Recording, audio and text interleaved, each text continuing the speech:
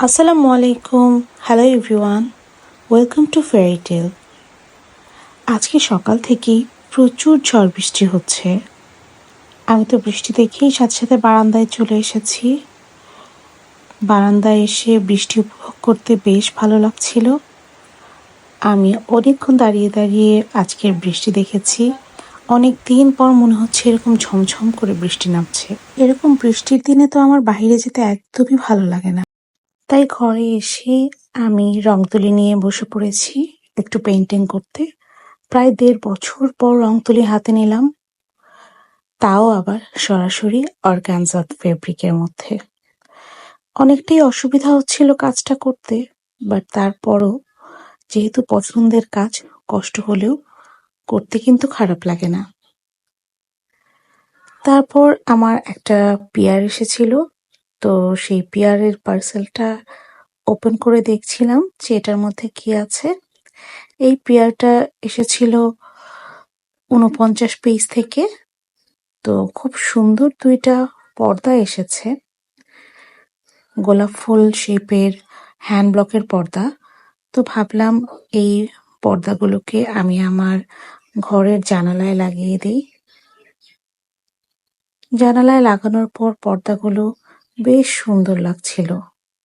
আমি বেশ কিছু ফুটেজ নিলাম, কিছু ছবি তুললাম, যেহেতু পেয়ারের পার্সেল ছিল। তারপর দেখলাম জানালা দিয়ে বেশ সুন্দর মৃদু বাতাস আসছে, তাই ভাবলাম যে পর্দাগুলোকে বেঁধে দিই। সুন্দর বাতাসটা ঘরের ভেতর ঢুকে ঘরটা ঠান্ডা হবে। বাইরের ঠান্ডা বাতাসে অনেক ভাল লাগছিল। তারপরেই আমি চলে গিয়েছি কিচেনে দুপুরের খাবারের আয়োজন করতে। তো আজকে হচ্ছে আমার ছোট ভাইয়ের বউয়ের হাতের খিচুড়ি আর স্পেশাল মুরগির মাংস রান্না হবে। তো অলরেডি আমার ভাইপো এই যে খিচুড়ির চাল ডাল এবং মুরগির মাংস, আলু এগুলো ধুয়ে রেডি করে রাখছিল, এবং আজকের রান্নাটা ওই করবে। তো আমি ভিডিও করে দিয়েছি, আর রান্নাটা মূলত আমার ভাইপোই করেছে। ওর হাতের এই ব্রয়লার মুরগির রান্নাটা আমার কাছে অনেক ভালো লাগে। তো আমি মাঝে মধ্যেই ওর হাতের মুরগির মাংস রান্নাটা খেতে চাই। তো আজকেও বলছিল যে আপু আপনাকে আমি রান্না করে খাওয়াই।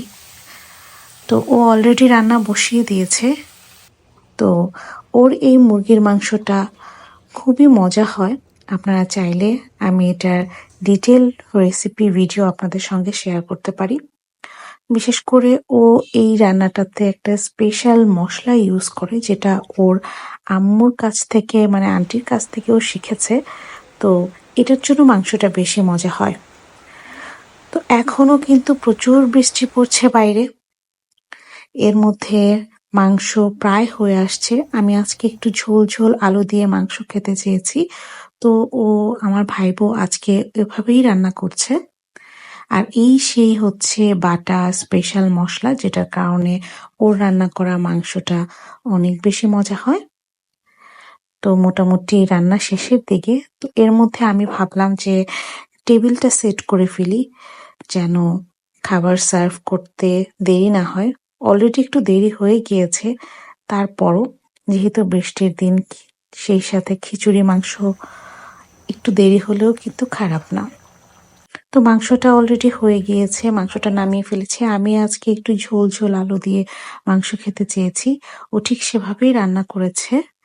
মাংসটা অনেক মজা হয়েছিল। আর একটু সালাদ কেটে নিয়েছি, আর এই যে সেই সাথে একটু নরম খিচুড়ি। রান্না শেষে এখন আমরা সবাই একসাথে খেতে বসে পড়েছি। সত্যি বলতে আজকের রান্নাটা আসলে অনেক অনেক মজা এবং অসাধারণ হয়েছিল। আর সেই সাথে যেহেতু বৃষ্টির দিন ছিল, তো খিচুড়ি আর মাংস হলে তো আর কোনো কিছুর প্রয়োজনই হয় না। তো যাই হোক, আজকের মতো আমার ব্লগটা এই পর্যন্তই ছিল। কেমন লেগেছে জানাবেন। আল্লাহ হাফেজ।